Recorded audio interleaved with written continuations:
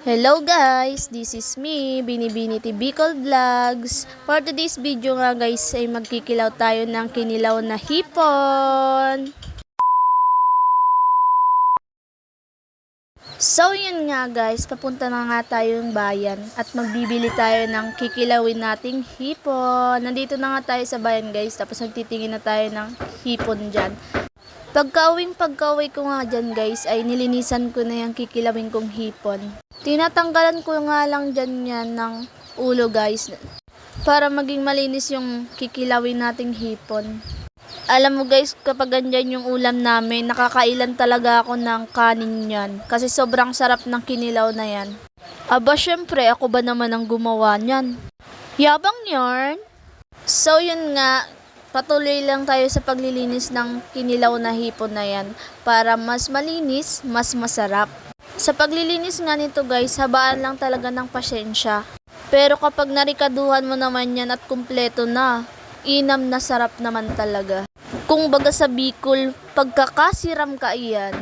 So yun guys, tapos na natin yan tanggalan ng mga ulo. Lalagyan na nga natin yan ng suka. Tapos huhugasan natin yan gamit ang suka para matanggal yung langsa niya. Kasi ang panglalagay natin dyan ay kalamansi para juicy at masarap yung kinilaw natin. Sa mga oras nga yan guys ay naghihiwa na tayo ng kalamansi para panglagay sa kilawin natin. Nakahanda na dyan yung mga ricado natin na panglalagay dyan. Yung kalamansi na lang yung kulang para ilagay natin yung mga ricado.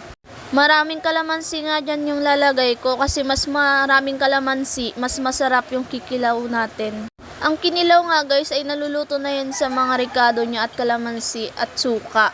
Kami kasing mga Ilocano ay sanay na kumain ng mga ganyang hilaw na lamang dagat. Ang kinilaw kasi ang pinaka-special sa mga Ilocano guys. Mapapasabi na lang talaga ang mga Ilocano na naimas atoy kilawin. Kilawing hipon. Kinakamay ko na nga yan dyan guys, yung kalamansi. Kasi ako lang naman kakain yan at yung kapatid ko eh. Saka malinis naman yung kamay ko dyan, nagugas naman ako. Mas lalo kasing sumasarap kapag kinakamay yung ulam. Uy! Ilalagay na nga natin yan guys yung mga sangkap niya. Para matikman na natin yung pinakamasarap na kinilaw. Kinilaw ni Binibini. Pagkatapos nga natin ngayon dyan, mekos-mekos ay titikman na natin yan dyan. Kukuha na ako ng masarap na kanin. At ang ipang uulam ko ay hipon na kinilaw. Yan na nga guys yung finished product ni Binibini nyo.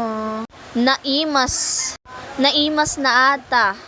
So yon, tikiman time. Tingnan nyo naman kung gaano kasarap ang pagkain ko dyan.